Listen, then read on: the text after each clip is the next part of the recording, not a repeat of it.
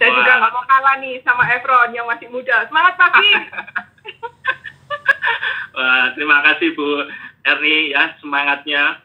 Nah, tadi Bro Efron, saya panggil Bro karena masih muda gitu ya. Itu sudah bercerita bagaimana sih beliau menghadapi kondisi pandemi, bagaimana beliau beradaptasi ya dengan kondisi seperti. Nah, sekarang pertanyaan ke Bu Erni adalah, Bu, gimana sih ya aktivitas selama pandemi ini, gimana Ibu prospek, rekrut, dan tentunya menghasilkan gitu ya. Jadi boleh sharing ke teman-teman yang ada di sesi kita. Silakan Ibu. Oke, thank you Pak Febri ya. Nah, jadi ketika pertama kali work from home ya, itu tanggal 16 Maret, jujur aja waktu itu kita masih bingung kita harus ngapain gitu. Tapi saya nggak boleh berlama-lama karena saya sebagai leader, saya harus memberikan contoh ya kepada tim saya apa yang harus saya lakukan gitu, apa yang harus dilakukan dalam kondisi seperti ini gitu. Jadi waktu itu saya mulai memikirkan cara-cara apa yang seharusnya dilakukan. Nah, boleh tampilkan slide saya yang pertama. Nah, teman-teman, seperti yang kita semua tahu ya, bahwa prinsip pertama dalam penjualan adalah kita harus tahu dulu market kita. Ya, kita harus tahu dulu market yang tepat untuk kita bisa berjualan. Nah, market itu dibagi menjadi 3 bagian. Market low, middle, sama high. Ya, nah, secara jumlah, market low itu jauh lebih besar dibandingkan dengan market high. Setuju ya? Nah, sedangkan pasar saat ini, dalam kondisi saat ini, yang memiliki kemampuan untuk membeli, jujur aja, pastinya di market middle dan high. Sedangkan market kita menjadi lebih terbatas, padahal jumlah agentnya tetap, atau bahkan mungkin agentnya bertambah gitu ya. Nah, otomatis market kita semakin lebih dipersempit gitu. Nah, tapi bukan berarti kita nggak bisa berjualan gitu. Yang penting bagaimana kita bisa kreatif, bisa terus bergerak, kita bisa terus beraktivitas untuk menemukan market-market kita. Nah, jadi setelah kita mengetahui bahwa ternyata market saat ini yang bisa diprospek, bisa untuk closing melakukan penjualan adalah middle dan high. Jadi secara otomatis kita lebih fokus gitu ya untuk mencari market-market itu. Jadi sehingga kita bisa lebih detail ya, seperti tadi yang Efron sharingkan bahwa kita membuat list nama siapa saja 5 aktivitas kita yang hari ini kita mau sapa gitu ya. Nah, kalau kita nggak tahu marketnya, maka akan sia-sia gitu ya. Kita kepinginnya dari 5 yang diprospek, persentase untuk closingnya pastinya lebih besar. Nah, itu bisa terjadi kalau kita sudah tahu nih marketnya itu siapa gitu. Nah, bagaimana cara untuk mencari atau meningkatkan market kita menjadi level yang high gitu ya. Nah, itu bisa kita temukan pada nasabah-nasabah kita atau teman-teman kita mungkin yang memiliki link yang high, marketnya di high end gitu ya. Nah, memang nggak gampang, memang butuh waktu, tapi setidaknya kita harus melakukan gitu ya, kita harus tetap aktivitas gitu ya, siapa tahu gitu ya, kita bisa langsung gitu, maksudnya bisa closing on the spot kalau mungkin memang bisa, karena nggak menutup kemungkinan juga market high itu mereka belum semuanya memiliki polis asuransi. Itu yang teman-teman harus ketahui ya, tidak semuanya. Jadi dalam kondisi seperti ini mereka tentunya, bukan mereka ya, kita semua memiliki kekhawatiran dalam kondisi COVID ini ya teman-teman, karena apa, resiko untuk lebih kena ke COVID itu jauh lebih tinggi dibandingkan sebelumnya. Jadi sehingga kita bisa menawarkan suatu produk yang membuat kekhawatiran mereka itu bisa sedikit lebih berkurang gitu. Itu sih menurut saya. Jadi setidaknya yang saya lakukan ya, yang saya infokan juga ke tim gitu, bahwa kita harus mulai melihat market kita gitu ya. Kita mulai menaikkan level market kita, dan kita benar-benar nanti saya akan sharingkan ya bagaimana cara untuk memulai pembicaraan ke teman-teman kita atau ke market-market kita. Nanti ada di slide berikutnya ya. Nah, itu yang pertama. Jadi untuk berjualan kita harus melihat market kita. Nah, yang kedua dalam hal perekrutan itu nyambung dari yang pertama ya. Jadi ketika prospek ya, kita melakukan prospek dan kemudian tidak closing, kita bisa melakukan pendekatan dengan menanyakan gitu, kira-kira kenapa ya, keberatannya di mana gitu. Kalau misalnya calon nasabah kita mengatakan, oh mungkin mereka sekarang mengalami sedikit kendala dalam pekerjaannya, dalam bisnisnya, nah kita bisa mulai menawarkan bisnis kita bisa mempresentasikan bisnis kita, dan itu tidak menutup kemungkinan untuk kita bisa rekrut lebih banyak dalam masa-masa seperti ini gitu ya. Dan itu juga terbukti bahwa di seluruh Indonesia ya, kebanyakan ya rata-rata ya untuk rekrutan itu angkanya itu naiknya luar biasa gitu ya. Jadi sehingga ini merupakan suatu peluang ya, suatu opportunity buat kita untuk bisa merekrut lebih banyak lagi gitu. Nah, kemudian untuk dalam hal training ya, dalam kondisi seperti ini, memang kita tidak bisa melakukan training di kantor. Tapi saya bersyukur sekali ya, Prudential ini adalah perusahaan yang sangat mensupport dalam segi teknologi, sehingga kita bisa mendapatkan training-training bahkan melebihi dari kondisi sebelum COVID ini ada gitu. Sehingga kita bisa mendapatkan training yang sebelumnya kita tidak bisa jangkau. Contoh training misalnya yang diadakan di luar kota, di Jakarta, atau bahkan di luar negeri gitu ya. Tapi melalui training online kita tetap bisa mengikuti, bahkan kita bisa lebih dari apa yang kita perkirakan gitu ya. Mendapatkannya itu lebih lagi gitu. Jadi bersyukur sekali ya, tadi Eslon juga bilang bahwa kita berada di bisnis Prudential yang luar biasa, di mana kita juga bisa melihat ke depannya bisnis ini adalah bisnis yang penuh kita optimis dah untuk menghadapi masa depan gitu ya, bahwa melalui bisnis ini kita semua pasti bisa sukses gitu. Itu Pak Webi. Yes, Bu Erni ya. Jadi yang disampaikan Ibu tadi intinya adalah tidak ada alasan untuk tidak produktif. Benar ya? Baik itu selling, rekrut atau training. Ya, karena Prudential Management sudah memfasilitasi itu semua. Pilihannya tinggal di teman-teman ya, mau atau tidak. Benar ya Bu Erni ya? Iya. Nah, Bu, ini kan Bu Erni stay-nya di Surabaya. Surabaya ini kan sekarang lagi PSBB. Benar ya? Otomatis mobilitasnya terbatas gitu ya. Atau kalaupun ketemu nasabah, mungkin nasabahnya juga ya sedikit ada defense atau penolakan gitu ya, karena ya khawatir juga dengan kondisi seperti ini. Maka kan mau nggak mau harus secara virtual ya. Jadi itu pilihannya yang saat ini adalah yang terbaik di kondisi seperti sekarang. Nah, Bu Erni, boleh dong kasih tips ke kita, teman-teman semua, gimana sih Ibu menjalankan yang namanya virtual selling atau virtual recruit gitu, sehingga kalau saya perhatikan nih, angkanya Bu Erni, baik itu API ataupun rekrutmen, itu tetap stabil, bahkan trennya naik. Gimana, Bu? Oke, jadi sebagai seorang leader, saya sih sebenarnya nggak terlalu fokus di penjualan ya, tapi saya di sini akan sharingkan bagaimana saya bisa mengajarkan tim saya untuk tetap melakukan penjualan, gitu ya. Boleh ditampilkan slide saya yang kedua?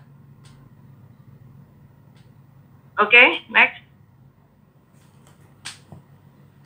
Nah, jadi pada dasarnya kita harus tahu dulu konsep apa yang kita jual, apa yang kita tawarkan kepada calon-calon nasabah kita, ya. Yang pertama adalah perlindungan untuk dana darurat, yaitu manfaat yang digunakan berkali-kali. Otomatis kita bisa menawarkan produk TPH Plus di sini, ya. TPH Plus ini adalah manfaat hospital on bill.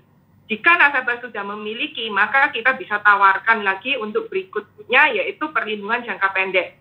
Nah, produk yang kita miliki adalah PCP 88 dan perlindungan sakit kritis atau CCP. Ya. Nah, setelah ternyata nasabah sudah memiliki, maka kita bisa meningkat lagi ke yang paling tinggi, yaitu perlindungan untuk jangka panjang. produk yang kita bisa tawarkan adalah Prucinta atau UP Jiwa.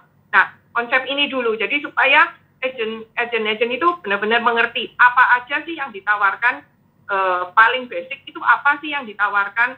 Kalau misalnya nasabah bilang, oh saya sudah punya cover hospital, terus saya ini harus bagaimana gitu ya. Nah, saya akan mengajarkan bahwa kalau nasabah udah punya manfaat hospital, kita bisa tawarkan ke berikutnya, yaitu PCB 88 dan CCB.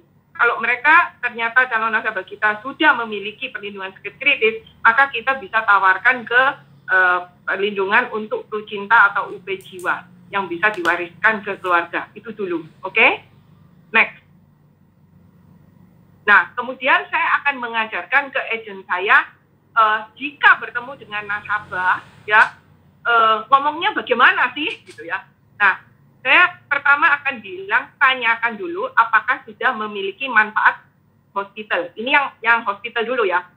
Itu yang paling basic ya. Jadi pertanyaan apakah sudah memiliki manfaat hospital, jawabannya pasti dua.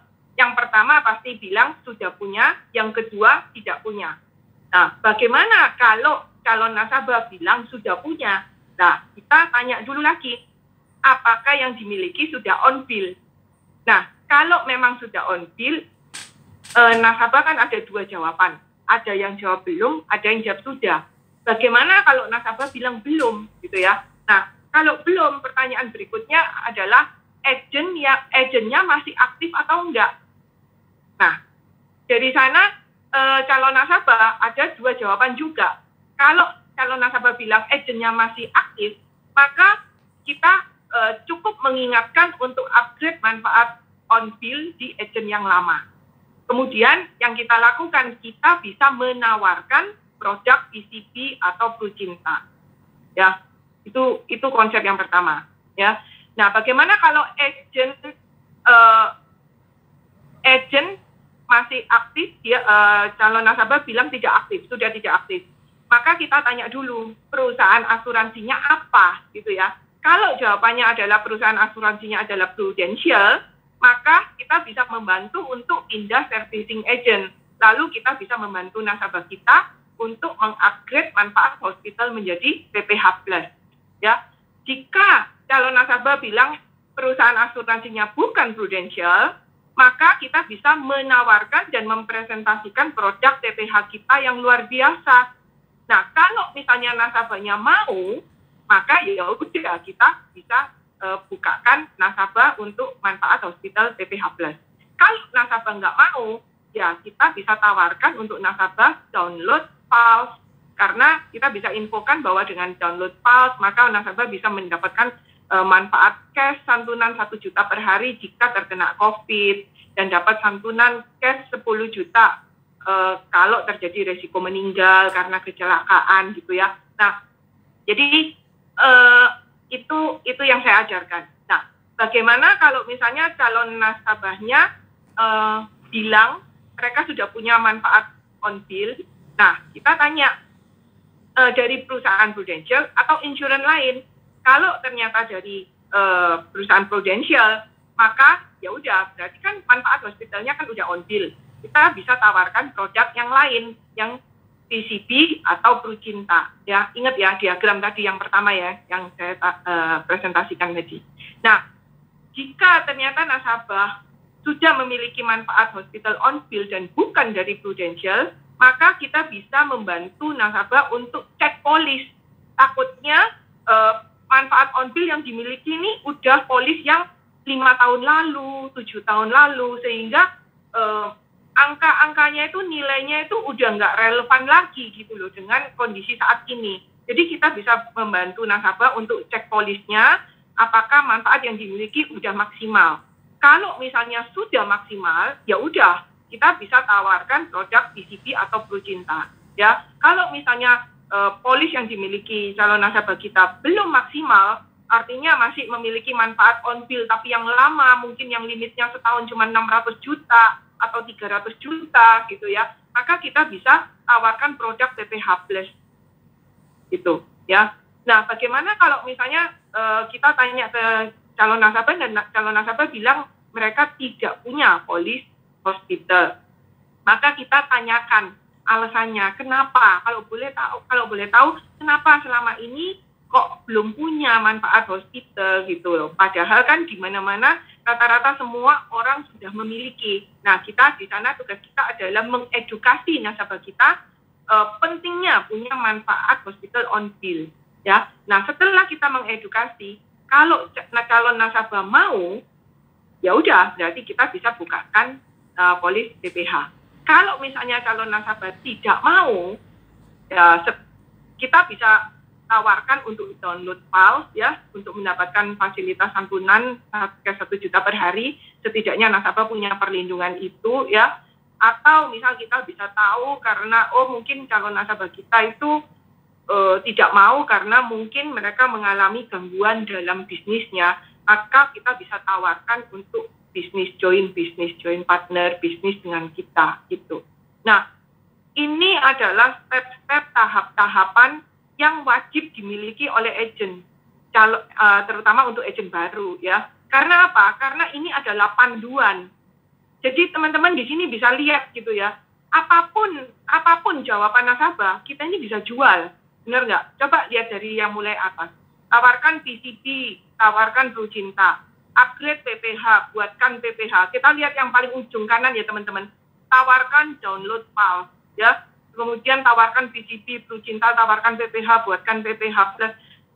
Semua artinya apa? Dalam jawaban apapun yang diberikan oleh calon nasabah, kita tetap bisa jual loh ujung-ujungnya ya. Yang nggak bisa jual paling kita tawarkan PAL. Tapi itu aja menurut saya itu dengan kita menyuruh nasabah untuk mendownload PAL, kita bisa menginfokan apa fasilitas apa yang bisa diberikan oleh Prudential bagi nasabah yang bukan nasabah Prudential. Setidaknya kita itu sudah bisa menjalin hubungan dengan calon nasabah kita gitu.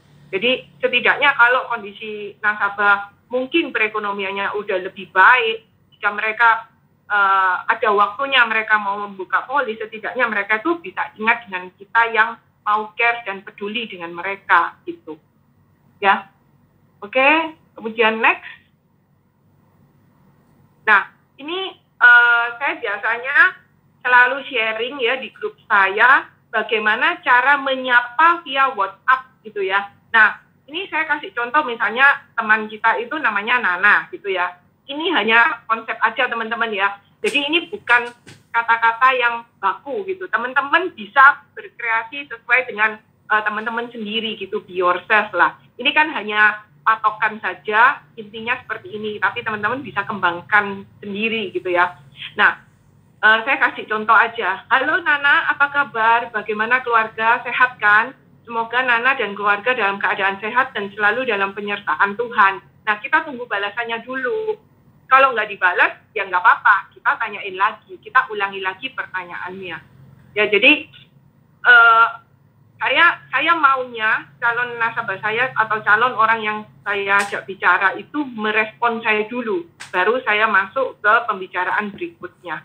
Setelah ada respon, biasanya kebanyakan jawabannya, baik Ci, thank you, kita semua sehat, Cici sendiri gimana? Sehat juga kan? Ya sehat gitu, saya biasanya akan balas gitu, thank you.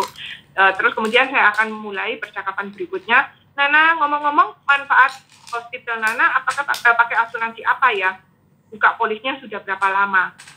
Dalam kondisi saat ini, ada baiknya Nana mulai cek polis-polis Nana dan keluarga loh, untuk memastikan manfaat-manfaat polis yang dimiliki masih relevan dengan kondisi saat ini. Jika berkenan, saya bisa bantu cek polis Nana. Nah, teman-teman, kalau teman-teman lihat di sini ya, kan kesannya saya ini chat ini ingin memberikan informasi gitu ya, bukan sekedar merospek gitu, bukan sekedar mencari keuntungan, tapi saya datang di sini sebagai advisor gitu ya, bahwa teman yang bisa diajak untuk ngobrol, diajak untuk konsultasi, diskusi mengenai insurance gitu. Nah, untuk masalah jawabannya nanti bagaimana, ya nanti aja baru dipikir gitu loh. Kalau memang ternyata ujung-ujungnya ternyata mungkin dia tertarik untuk buka polis insurance, tapi mungkin keberatan dalam segi ekonomi, nah kita bisa coba next berikutnya. Nah, jika calon nasabah berkeberatan menambah polis dengan alasan ekonomi atau bisnis yang macet, nah kita bisa tambahkan kata-kata ini. Nah, sebenarnya di Prudential ada bisnisnya loh. Ini suatu peluang buat Nana untuk bisa punya bisnis baru. Dan Nana bisa menolong teman-teman Nana melalui bisnis ini. Nah, menolongnya segi apa? Nah, ini saya kasih dua kriterianya ya. Yang pertama adalah untuk calon nasabah. Untuk calon nasabah, Nana bisa membantu mengingatkan teman-teman Nana arti pentingnya cek manfaat polis secara berkala. Dan dari sana kita bisa melakukan penjualan itu, teman-teman ya. Dan yang kedua adalah untuk calon agent, misalnya nih si Nana mencoba prospek temannya dan ternyata temannya itu juga mengalami hal yang sama dengan Nana, ya mungkin mereka tertarik untuk membeli polis asuransi, tetapi mungkin aja mereka mengalami keberatan menambah polis, mungkin karena ekonomi atau bisnisnya macet. Nah, kita bisa membantu teman-teman untuk bisa punya bisnis yang baru, di mana hasil yang didapat nanti bisa menjadi backup untuk keuangan keluarga. Gimana? Keren kan? Yuk saya presentasikan bisnisnya ya. Nah, itu kira-kira teman-teman konsep yang saya ajarkan pada tim saya. Jadi untuk kata-kata lebih detailnya harusnya itu sesuai dengan pribadi masing-masing aja.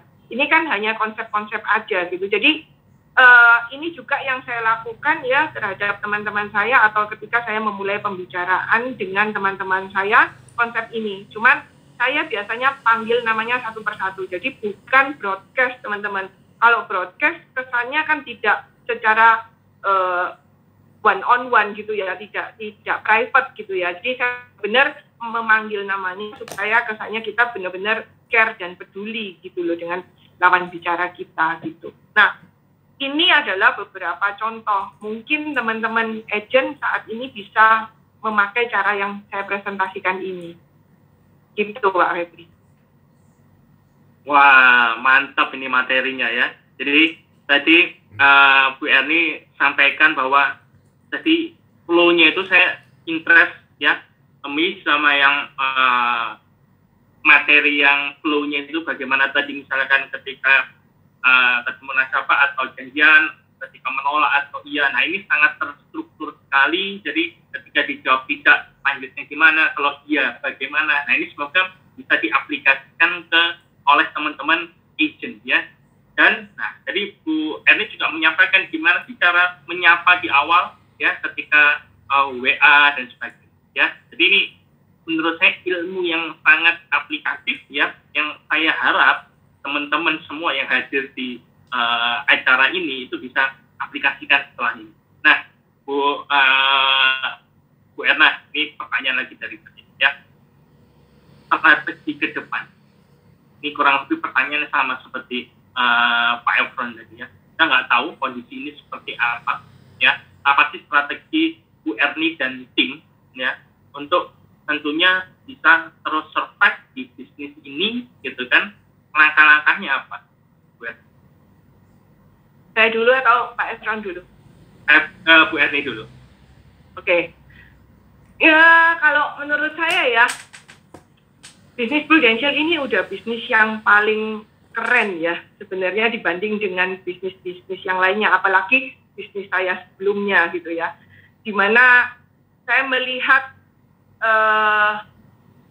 di bisnis saya sebelumnya, kalau saya tetap nih sekarang masih di kondisi seperti itu, saya nggak tahu lagi, saya pasti bisa stres berat gitu, karena saya memiliki keterbatasan untuk pengembangan bisnis di bisnis saya sebelumnya ya. Kalau teman-teman mau tahu, bisnis saya sebelumnya adalah distributor, saya punya toko di Pasar Turi ya, di PGS ya. Jadi saya pastinya mengalami keterbatasan bagaimana untuk mengembangkan bisnis, karena bisnis saya tidak gampang untuk dilakukan penjualan secara online, itu butuh waktu gitu ya. Beda banget dengan bisnis di Prudential, karena di bisnis di Prudential ini semuanya sebelum masa ini ada, itu kita sebenarnya sudah melakukan secara online ya, cuman dengan kondisi saat ini lebih disempurnakan lagi gitu. Jadi benar-benar selama hampir 3 bulan ini ya, saya tuh benar-benar melakukan bisnis saya dari rumah loh, apapun gitu ya. Tinggal kita harus bisa cepat menyesuaikan diri ya, kita mau melakukan kreativitas untuk terus kita bisa sukses di bisnis ini. Nah, tapi menurut saya lagi ya, bahwa kesuksesan itu ditentukan oleh mindset kita, gitu ya. Tadi saya setuju sekali dengan apa yang dikatakan Efron ya, bahwa kita harus memperbesar kapasitas kita. Artinya untuk bisa mendapatkan kesuksesan yang besar, kita itu dibutuhkan kapasitas yang besar juga, gitu ya. Kapasitas itu seperti apa sih? Nah, kalau saya boleh ilustrasikan ya, kadang ada beberapa agent yang ketika join di Prudential gitu ya, masih baru gitu, mengalami kesulitan, mengalami masalah dalam pekerjaannya. Mereka memakai caranya sendiri gitu, mengambil keputusan ya sendiri. Contoh misal, ketika sebagai agent baru, pastilah kita dihadapkan pada penolakan, itu pasti gitu ya. Tapi kalau kita tidak pernah mau belajar, kita tidak mau belajar dari yang lebih berpengalaman ya, kepada leader kita, kepada mentor kita, maka kita tidak akan pernah bisa memperbesar kapasitas kita. Banyak agent yang mungkin merasa, kayaknya nggak bisa ya di Prudential, ini kayaknya bukan jodoh saya, kayaknya saya ini Tuhan tidak mengkehendaki saya nih berada di bisnis Prudential. Buktinya saya ketemu 3 orang, 4 orang, mereka semua menolak saya, kayaknya ini bukan bakat saya di sini gitu. Ini kayaknya bukan passion saya di sini gitu ya. Kalau saya melihat agent yang seperti itu, bagi saya itu adalah agent yang memiliki kapasitas yang terbatas gitu ya. Nah, kapasitas yang terbatas itu teman-teman, itu kalau saya ilustrasikan ya, saya belajar dari teman saya Ferry Irawan ya, dari MRT Group, luar biasa. Itu kapasitasnya adalah hanya sebesar gelas ini, cup ini teman-teman ya. Nah, kalau mereka sudah merasa keminter gitu ya, merasa udah pinter, kita kalaupun kita mau mengisi cup ini, percuma. Leader mau ngomong apapun, kita isi, pasti mental. Pasti, karena apa? Karena cupnya, wadah dia terbatas. Gitu ya. Jadi, itu adalah agent yang sok pintar, yang sok tahu. Gitu. Nah, bicara mengenai passion ya, saya senang sekali ngomong masalah passion. Saya belajar dari seorang Yasa Singgya yang luar biasa ya. Banyak anak muda yang mengatakan, bisnis asuransi ini bukan passion saya kelihatannya gitu ya. Saya yakin ya, semua orang sukses yang ada di Prudential, mereka juga pada awalnya agen asuransi itu bukan tujuan hidupnya gitu loh. Saya yakin semua pasti sama. Tapi menurut saya kita harus bisa belajar untuk melihat apa sih arti passion yang sebenarnya gitu ya. Nah, jadi saya mengajarkan pada tim saya cara untuk melihat passion itu bukan pada jenis pekerjaannya. Tapi passion itu adalah bagaimana kita mau diproses. Kita passion pada bagaimana kita diproses, kita mau belajar, kita mendapatkan ilmu-ilmu yang gratis, kita mendapatkan mentor yang luar biasa, kita mendapatkan pengarahan dari leader-leader hebat. Bagi saya, lihatlah passionnya seperti itu. Atau kita melihat, saya passion di bisnis Prudential karena bisnis ini tidak terbatas waktu. Saya bisa flexible time dalam melakukan pekerjaan saya. Saya passion pada bisnis Prudential karena saya melihat hasilnya. Seorang Efron yang baru join di Prudential baru 4 tahun, udah mendapatkan prestasi yang luar biasa. Setiap tahun jalan-jalan ke Eropa, perekonomian keluarganya dipulihkan, bagaimana dia benar-benar bisa menjadi berkat buat orang lain. Bagi saya, itu yang harus dirubah dalam cara pandang menilai sebuah passion pada anak muda gitu ya. Jadi, itu juga yang saya alami. Saya dulu juga dari background seorang yang anti asuransi ya, tapi kenapa saya melihat bisnis Prudential karena saya merasa itu passion saya dalam membantu orang, itu passion saya dalam saya bisa mengedukasi orang, itu passion saya bisa melayani orang dan orang bisa berterima kasih sama saya, itu passion saya untuk saya bisa mendidik dan membuat tim saya menjadi tim yang sukses, mereka bisa memiliki kehidupan perekonomian yang lebih baik. Dulunya yang naik motor sekarang bisa beli mobil, dulunya rumah yang kontrak sekarang bisa beli rumah. Nah, bagi saya itu cara pandang passion ya. Itu yang saya ingin sharingkan di sini. Ini emang sedikit melenceng dari topik ya, tapi saya hanya ingin sharing aja karena banyak anak muda zaman sekarang yang ketika tahu bisnis prudensial mereka langsung biasanya ini kayaknya bukan passion saya gitu ya. Nah, ternyata dari sini kita belajar ya, banyak cara untuk kita melihat passion, bukan dari jenis pekerjaannya, tetapi dari proses ataupun hasil yang bisa dicapai. Itulah passion yang harus Anda lihat melalui bisnis prudensial. Nah, sekarang kita back to capacity ya. Bagaimana kita seharusnya memiliki kapasitas sebagai seorang new agent gitu ya. Ingat ya, tadi saya mengilustrasikan kapasitas agent yang sok tahu itu hanya sebesar cup ini ya. Dan artinya mereka memiliki maksimal. Jadi kalau udah maksimal mereka udah nggak mau terima lagi, otomatis mereka kapasitasnya nggak bisa besar, berkat yang diterima pun juga nggak akan besar. Nah, bagaimana seharusnya kita menghandle kapasitas kita? Nah, kapasitas kita sebaiknya seperti balon ini, teman-teman ya. Jadi kalau dibandingkan balon ini kapasitasnya dengan cup ini, harusnya lebih besaran cup ini loh daripada balon ini. Tetapi balon ini elastis, teman-teman. Ya, ketika kita sebagai new agent, kita mengalami penolakan, kita mengalami kegagalan, yang kita lakukan adalah sebaiknya kita konsultasi dengan leader. Ketika kita konsultasi dengan leader, kita ditolak, leader memberikan pengarahan apa yang harus dilakukan, kemudian kita bisa mendapatkan closing, akhirnya lumayanlah ya, kapasitas kita mulai bertambah, pengetahuan kita mulai bertambah. Kemudian leader ngomong, ayo kamu harus, jatuh. Nah, ini. Akhirnya leader ngomong, ayo kamu harus mulai ikut training-training, ikut pelatihan-pelatihan. Mulailah agent baru mengikuti pelatihan, mendapatkan banyak ilmu, mulai mempraktekkan ilmunya. Kemudian akhirnya mendapat lebih banyak closing lagi dan kapasitasnya mulai bertambah. Setelah bertambah, agent jadi happy, menjadi lebih pede. Akhirnya leader ngomong, Anda harus mulai mengikuti training-training, rajin ikut training, rajin sharing juga, berbagi juga kepada teman-teman sesama di grup, sehingga dengan kita memberikan sharing, kita juga bisa dengan kita memberikan sharing, artinya kita mengosongkan wajah kita dan kita mulai siap untuk menerima lagi ilmu-ilmu yang baru ya, dan akhirnya kita mulai belajar, diajarkan oleh leader kita untuk mulai merekrut, men-sharingkan ilmu kita kepada tim ya. Akhirnya kita bisa memiliki kapasitas yang jauh lebih besar lagi. Nah, itulah yang menurut saya ya, kalau saya ilustrasikan kapasitas itu seperti itu. Ya, jadi kita harus menjadi kapasitas yang elastis. Kita, apapun background kita ya, apapun kepintaran kita sebelumnya, kita mau buang dulu.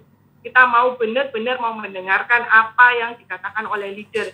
Dan kita mau belajar sehingga kapasitas kita mulai bertumbuh. Dan akhirnya kita benar-benar bisa mencapai kesuksesan kita. Itulah kapasitas teman-teman ya. Jadi nggak ada hal yang nggak mungkin. Ayo kita mulai mau sering-sering konsultasi dengan leader ya, jangan jauh dari komunitas, karena saya percaya ya kesuksesan di Prudential itu luar biasa karena kita bisa sukses. Kita bisa sukses itu karena kita ada mentor dan ada komunitas atau lingkungan yang mendukung Anda untuk sukses. Berbeda sekali dengan bisnis saya sebelumnya ya. Untuk saya bisa memiliki kesuksesan, saya belajar dari pengalaman saya sendiri. Sehingga saya membutuhkan waktu yang cukup panjang karena saya nggak bisa tanya ke orang-orang.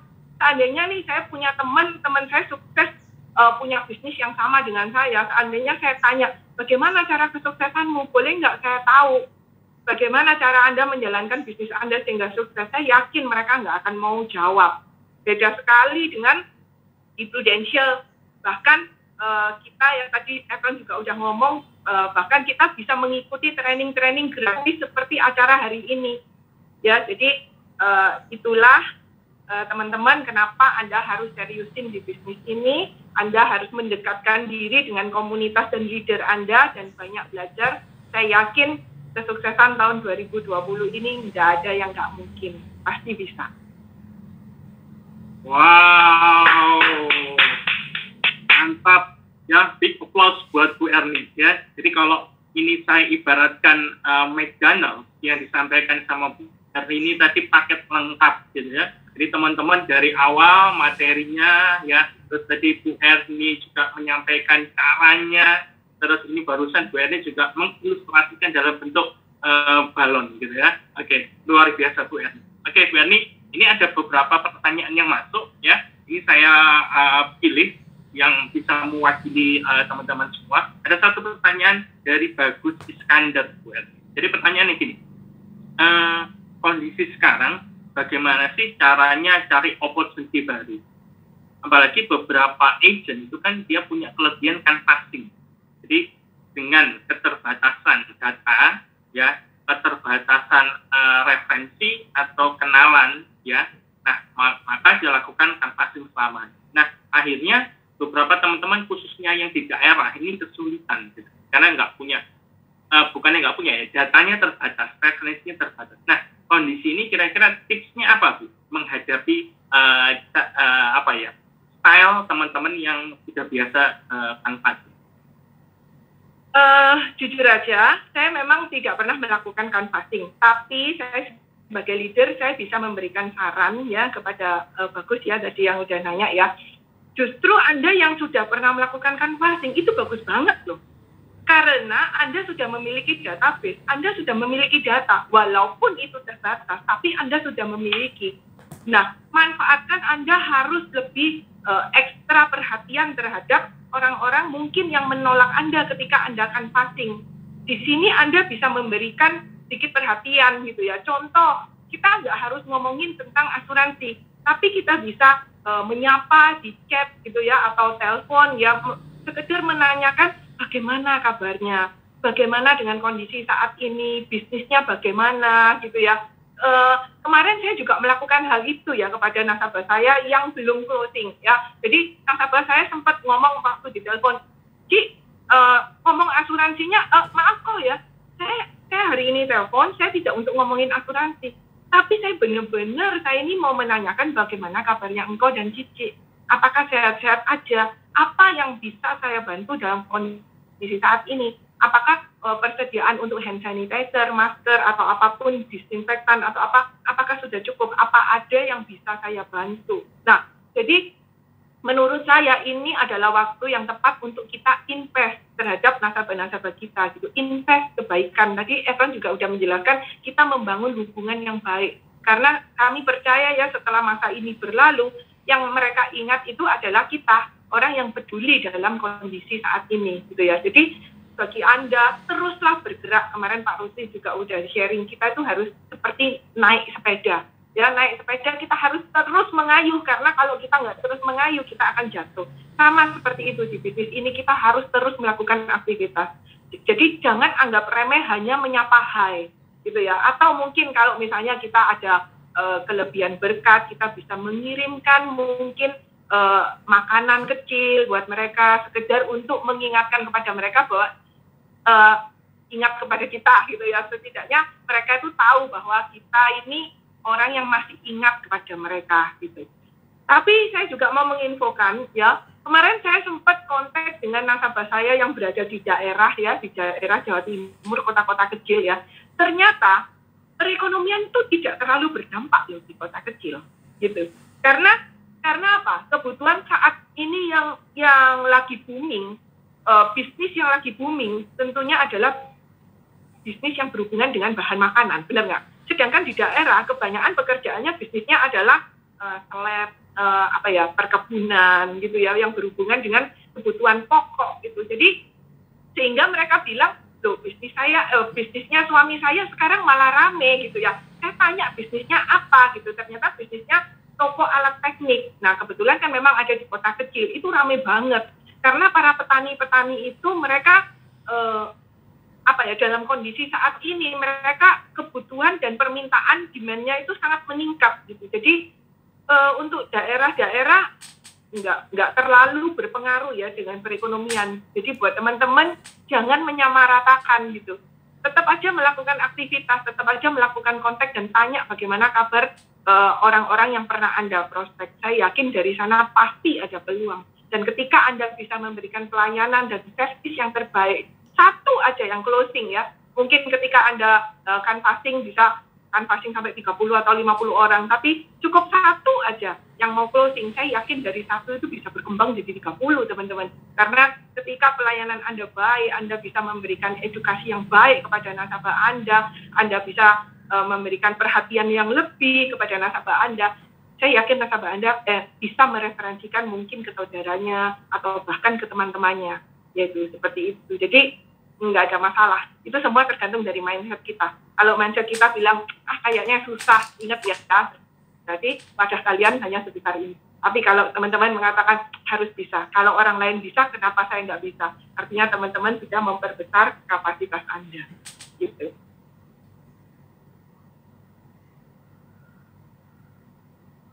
Masih ke-mute. Ke-mute, Pak Febri, ke-mute. Pak Febri masih ke-mute. Di-unmute dulu. Ini ya, jawabannya terima kasih. Tadi Pak Bagus Iskandar sudah bertanya. Boleh kita undang lagi Pak Efron? Pak Efron? Pak Efron? Nah, oke. Sekarang kita sudah join ya sama Pak Efron juga. Videonya boleh Pak Efron? Nah, ya, oke. Ya, tadi Pak Efron sudah sharing bagaimana cara beradaptasi, menyesuaikan di kondisi. Intinya adalah kita tidak bisa menunggu ya, karena life must go on gitu kan, tetap harus berjalan. Bu Erni juga sudah sharing banyak hal tentang cara teknis bagaimana kita approaching ke nasabah, pendekatan ke nasabah gitu ya, sampai tadi sudah siap balonnya gitu. Ini kayaknya siapnya mulai semalam udah di video ini ya, jadi luar biasa totalitas ya. Nah, sekarang kita masuk ke closing statement dari pembicara kita ya. Nah, pertanyaan terakhir untuk Pak Efron dan Bu Erni juga ya. Jadi apa intinya, kesimpulannya yang bisa disampaikan ke teman-teman yang hadir pada sesi kita, bagaimana sih menjadi seorang agent yang super di era pandemi ini ya. Boleh dimulai dari Pak Efron dulu, closing statement, silakan. Oke, thank you Pak Febri dan thank you Terni, luar biasa. Saya juga belajar loh. Itu memang jadi fans, ini bakal jadi fansmu cuy. Bertanda ya.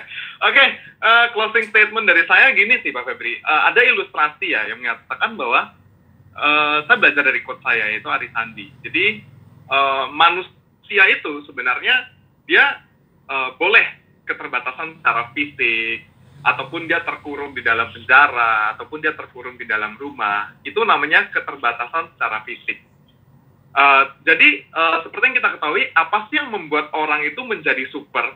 Apa sih yang membuat orang, walaupun kalau kita tahu kayak Nick yang cacat secara tangan maupun secara kaki, itu bisa menjadi orang yang hebat, orang yang keren. Lalu apa sih yang membedakan CR yang super dengan orang-orang yang biasa, misalkan seperti itu? Sebenarnya semua ada di yang namanya pikiran, Pak Ferry. Jadi yang membuat orang itu terbatas atau tidak, itu bukan kondisi fisik yang membuat dia ada di situ terkurung atau bukan. Tapi yang membuat orang itu terbatas atau tidak, orang itu bisa terbang tinggi maupun terbang bebas, itu ada di yang namanya pikiran, Pak Febri. Di mana pikiran ini, itu tidak ada yang bisa membatasi yang namanya pikiran kita, Pak Febri. Yang membatasi pikiran kita sendiri itu adalah ya diri kita sendiri. That's why walaupun situasi pandemik seperti ini, walaupun kondisi kedepannya seperti apapun, kan kita tidak pernah tahu. Tapi yang harus kita tahu adalah jangan pernah kita membatasi pikiran kita sendiri, Pak Febri. Which means pikiran itu hanya bisa berfokus pada satu hal. Di mana satu hal ini kalau kita mau memfokuskan diri pada kesedihan, maka secara otomatis kita tidak akan bisa memikirkan yang namanya kebahagiaan. Kalau kita memikirkan yang namanya pikiran kita ini fokuskan ke arah yang namanya produktivitas, pasti yang jelas pikiran kita pun akan mengarahkan pada hal-hal positif, hal-hal produktif, hal-hal peluang, hal-hal yang dimana segala sesuatunya tuh, oh ini ternyata fase pandemi kayak gini ada peluang ini. fase pandemi kayak gini orang malah lebih sadar akan namanya asuransi. Jadi tinggal di momen yang tepat, waktu yang tepat, dengan hubungan yang tepat, orang akan closing seperti itu Pak Febri. That's why yang perlu saya sampaikan adalah jaga pikiran dan jaga hati Pak Febri. Karena apapun yang terjadi, sebenarnya yang membuat orang itu bisa survive, orang itu tuh bisa melaju dengan tinggi, itu semua berkaitan dengan pikiran dari orang tersebut. Itu aja sih. That's why yang tadi saya sangat setuju sama Cak Erni, yang dia ilustrasikan dari balon tadi, itu ngena banget. Jadi yang sebenarnya yang tadi saya bilang kayak tentang mindset, pola pikir, itu semua diperlengkapi dengan Cak Erni. I love you, deh. Oke, terima kasih Pak Efron ya. Jaga pikiran dan jaga hati kita. Oke, yes, Bu Erni. Ya, final statement, how to be a good, great agent, how to be super agent di kondisi sekarang, dan tentunya bisa menjadi pemenang. Oke, silakan Bu. Oke, menurut saya ya, dalam hidup itu kita selalu dihadapkan pada pengambilan keputusan. Itu adalah yang terpenting.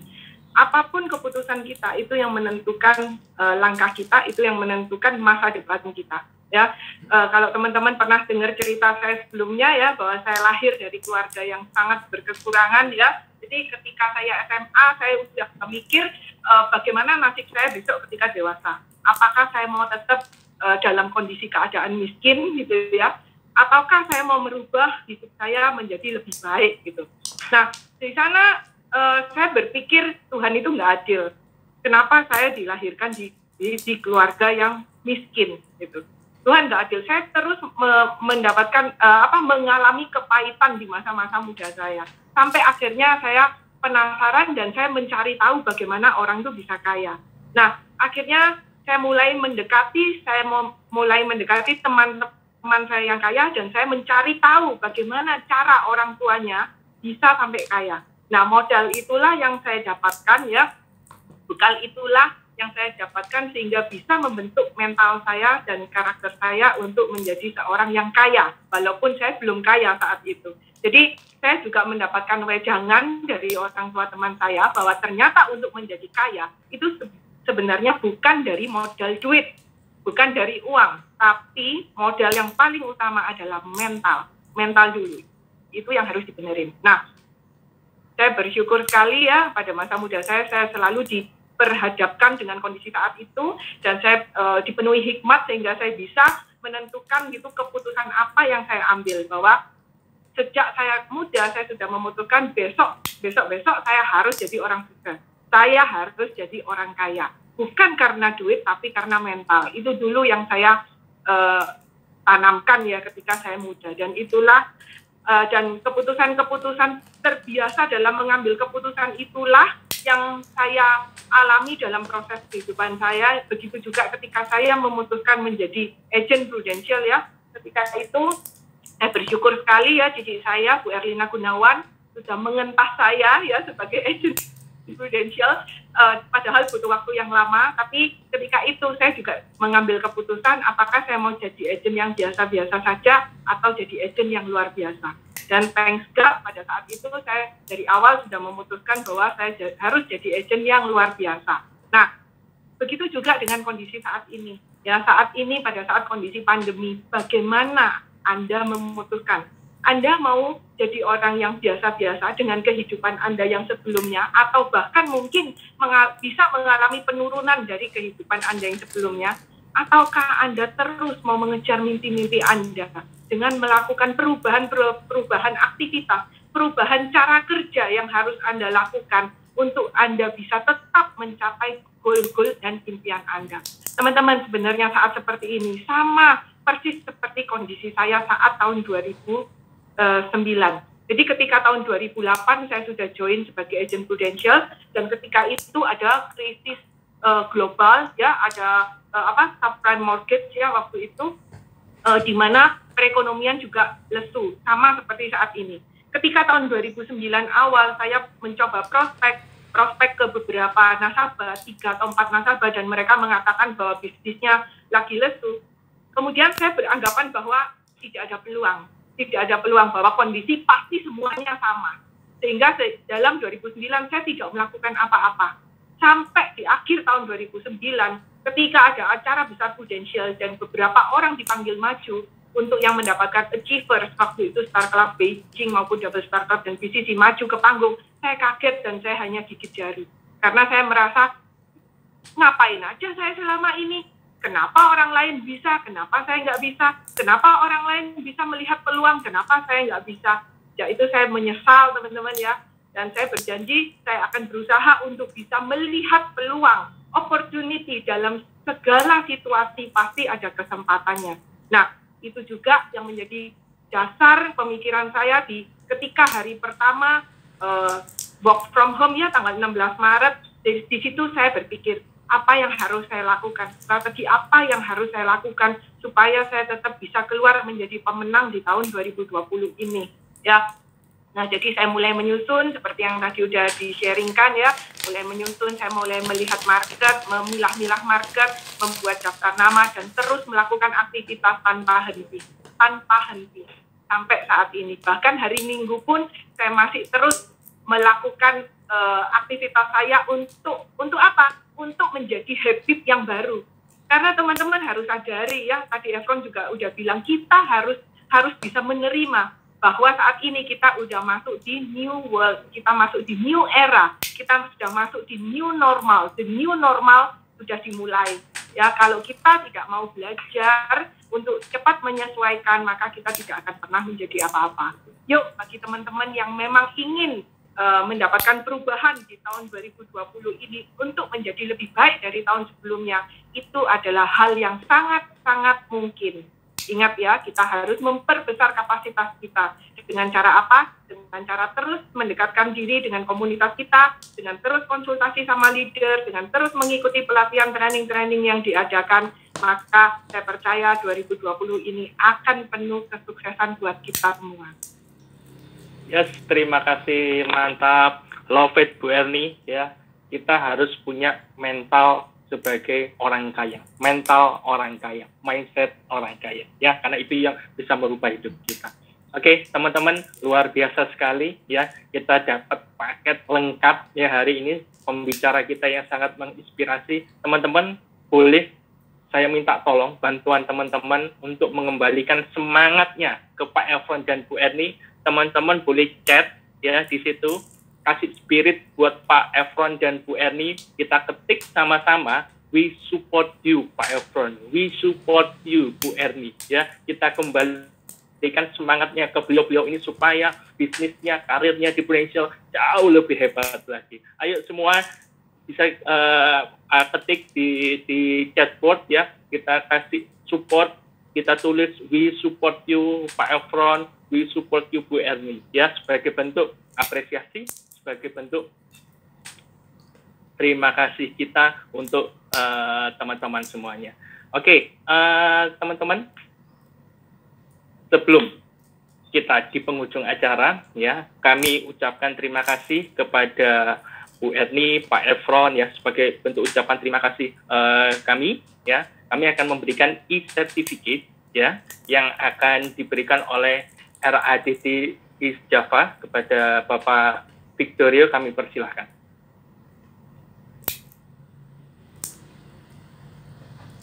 Ya, terima kasih. Kami dari Region Jawa Timur memberikan sertifikat sebagai rasa terima kasih sekali lagi kepada Bu Erni dan Pak Efron yang telah menginspirasi kita semua untuk lebih semangat lagi dalam menjalani bisnis di Prudential. Sekali lagi terima kasih, teruslah menginspirasi orang dan tetaplah menjadi juara. Oke, terima kasih Pak Rio. Ya, terima kasih sekali lagi Bu Erni, Pak Efron. Thank you, Efron, luar biasa. Terima kasih Bu Erni, Pak Efron. Siap pesannya. Oke, teman-teman, tetap stay tune, jangan kemana-mana dulu ya, karena saya akan memberikan update beberapa hal sebelum kita menutup acara ini. Oke, boleh slide-nya. Oke, teman-teman, saya akan menyampaikan beberapa update. Ini adalah produser di Region East Java yang berhasil submit case via catatan, ya. Jadi ini periodenya 1 sampai 14 Mei. Ya, terima kasih teman-teman yang sudah kontribusi dan ditunggu Anda semua yang hadir di sesi ini untuk bisa submit, karena sekarang kita sudah ada cekatan versi microsite yang jauh lebih simpel, ya. Kita harap ini bisa membantu mensupport Anda untuk bisa closing. Oke, next. Oke, nah ini Bapak Ibu, ini salah satu gimmick ya, atau gift yang diberikan Prudential apabila nasabah Anda berhasil closing ya di periode di bulan ini. Ingat Bapak Ibu, bulan ini tinggal beberapa hari ya. Kalau nasabah Anda berhasil closing ya, tidak ada minimal apinya, satu case akan dapat 1 buah masker. Ini anti air, antibakterial, dan ini yang istimewa, ada logo Prudential. Oke, next. Selanjutnya, ini kontes yang berjalan di bulan ini, ya. Masih ingat Bapak Ibu, tentunya Anda sudah diupdate oleh ADS atau leader Anda, ada namanya kontes ketupat, ya. Ketupat cash booster. 1 polis, ya, submit, Anda dapat tambahan income 300.000, lebih dari 2 polis, atau sama dengan 800.000. Nah, kalau Anda berhasil issued submit via cekatan, Anda dapat tambahan per polisnya 50.000, lebih dari sama dengan 2 polis 100.000. Dan juga kita memberikan apresiasi kepada teman-teman yang bisa berhasil untuk major, ya, menaikkan premi nasabahnya minimal 300.000 per bulan, ya. 2 atau 3 polis dapat 300.000, lebih dari sama dengan 4 polis dapat 800.000. Ya, juga ada ketupat emas, ya. Kalau Anda produksi pribadi minimal 75 juta, Anda dapat emas yang ekuivalen ya, atau senilai dengan 2,4 juta, ya. Anda bisa dapat 4 juta kalau produksi 150 juta dengan 3 polis, atau 8 juta ya, minimal 300 juta api dengan 3 polis. Nah, untuk teman-teman nih ya yang rekrut ya, dan agent Anda sudah tersertifikasi syariah, ketika pecah telur maka akan dapat tambahan income sebesar 100.000. Ingat Bapak, ini kesempatan Anda untuk menambah income Anda ya. Nah, untuk nasabah apa? Di sebelah kanan ini Anda bisa lihat cashback ya. Jadi nasabah Anda akan dapat cashback senilai 500.000. Tapi ingat, syaratnya adalah preminya minimal 500.000. Maka akan dapat cashback ya. Oke, next. Next.